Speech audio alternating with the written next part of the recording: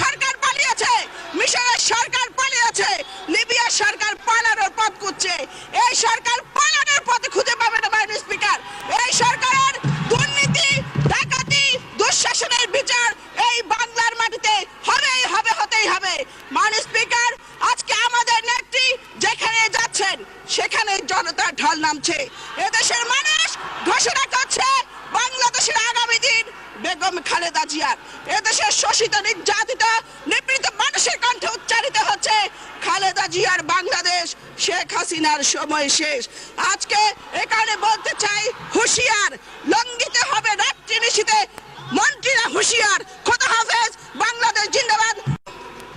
আমার বক্তব্যের সময়ও কম, তাই মহামান্য রাষ্ট্রপতিকে ধন্যবাদ জানানোর সময় আমার নেই। মাননীয় স্পিকার, মাননীয় স্পিকার, বক্তব্যের শুরুতে আমি শ্রদ্ধা ভরে স্মরণ করছি স্বাধীনতার মহান ঘোষক, সফল সৈনিক, সফল যোদ্ধা, সফল রাষ্ট্রনায়ক, বহুদলীয় গণতন্ত্রের প্রবক্তা শহীদ রাষ্ট্রপতি জিয়াউর রহমানকে।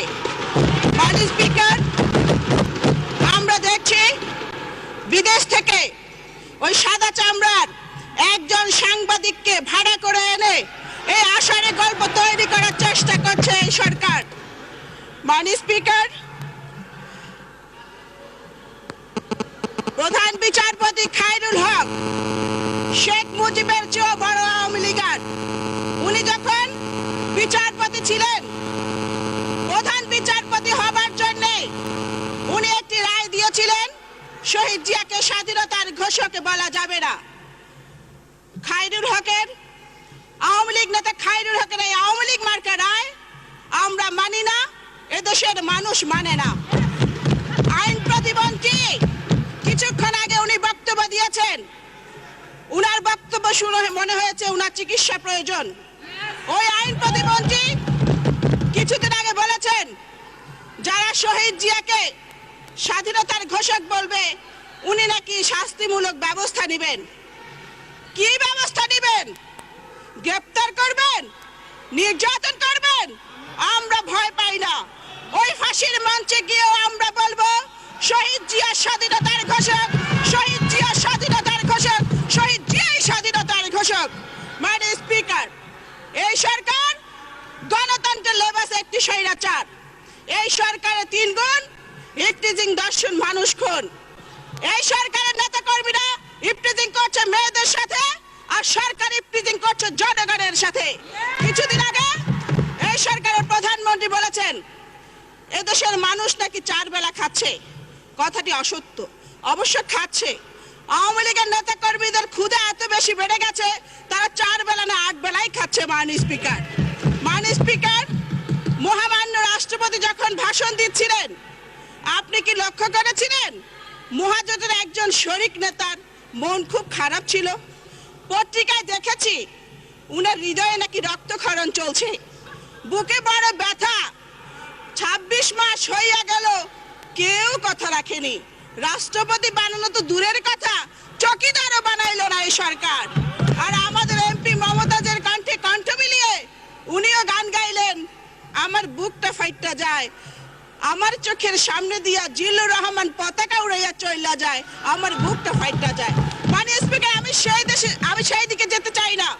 কথা ছিল ডিজিটাল বাংলাদেশ গড়বার। 26 মাসের মাথায় ডিজিটালের ডিজিটা ডিলেট হয়ে সব কিছু টাল হয়ে গেছে। সবাই যেন কেমন একটু বেসামাল। কারণ প্রধানমন্ত্রীর মতো উনারা সকলেই ভাটার টান অনুভব করছেন। অর্থমন্ত্রী টাল, আইন প্রতিমন্ত্রী টাল, স্বরাষ্ট্র প্রতিমন্ত্রী টাল, বাণিজ্য মন্ত্রী টাল, সবাই যেন একটু বেসামাল। আমরা দেখছি প্রধানমন্ত্রী ছেলে সজীব ওয়াজেদ জয় আমেরিকা থেকে প্রতি মাসে আসেন এবং টাকার ভাগ নিয়ে প্রতি মাসে চলে যাচ্ছেন। সেখানে নাকি তিনি কালো টাকার পাহাড়ে গড়েছেন। কিছুদিন আগে 300 কোটি ডলার বিনিয়োগ করে উনি সেখানে ব্যবসা শুরু করেছেন। এই টাকা উনি কোত্থেকে পেলেন আমরা জানতে চাই। ছেলে গেলে বোন আসে লন্ডন থেকে, আমার ভাগ কোথায়? এভাবে চলছে। মাননীয় স্পিকার, মাননীয় স্পিকার, আমাদের দেশের স্বরাষ্ট্র প্রতিমন্ত্রী ওই শাহরুখ খানের কনসার্টে গিয়ে বসে গেলেন। ছি মাননীয় স্পিকার, ছি। ওই মিউ মার্কা স্বরাষ্ট্র প্রতিমন্ত্রী আবার হুঙ্কার ছাড়ে তারেক রহমান দেশে ফিরলে তাকে গ্রেপ্তার করা হবে। আমরা বলতে চাই, তারেক রহমান বাংলাদেশের রাজনীতিতে উজ্জ্বল নক্ষত্র, তিনি বাংলাদেশের ভবিষ্যৎ। আজকে তারেক রহমানকে ষড়যন্ত্র করে নির্যাতন করে তারেক রহমানের কোমর ভাঙা যায়, কিন্তু মনোবল ভাঙা যায় না। ক্ষমতার জোরে তাকে বন্দী রাখা যায়, কিন্তু পরাজিত করা যায় না।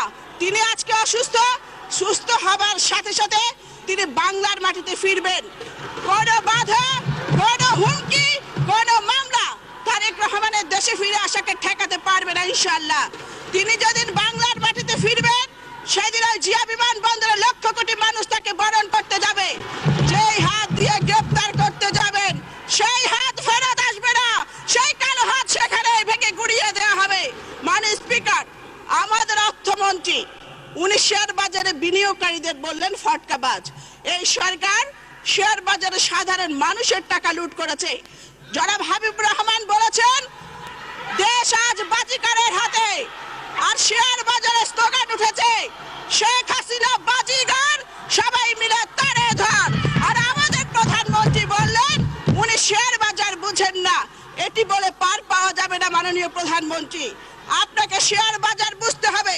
যারা সাধারণ মানুষের টাকা লুট করেছে ওই সালমান রহমান, আজিজ খান, লোটাস কামাল সহ 11 লুটেরাকে ধরতে হবে, জনগণের টাকা ফেরত দিতে হবে।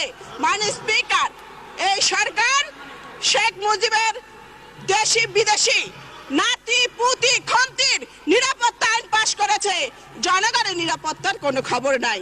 আজকে এমপিদের বাসায় ডাকাতি হয়, যে সরকার এমপিদের নিরাপত্তা দিতে পারে না তারা কি করে 16 কোটি মানুষের নিরাপত্তা দিবে? মাননীয় স্পিকার, যে আওয়ামী লীগ বিরোধী দলে থাকতে দিনের পর দিন হরতাল করেছে, আজকে ওই আমরা হরতালের রাস্তায় নামলে আমাদের গ্রেপ্তার করা হয়। প্রথম সারিতে বসা একজন মন্ত্রী হরতাল করতে গিয়ে পুলিশের হাতে কামড় দিয়েছিলেন, এমন ইতিহাস আমরা জানি। আজকে হরতালে আমাদের উপর জল কামান তুলে দেয়া হয়েছে। মাননীয় স্পিকার, চেয়ে দেখেন ওইদিকে চেয়ারগুলো কেমন করে আমাদের দিকে তাকিয়ে মিটমিট করে হাসছে এবং বলছে এসো আমার ঘরে এসো, আর এদিকে চেয়ারগুলো উনাদেরকে ডাকছে তাড়াতাড়ি আসো।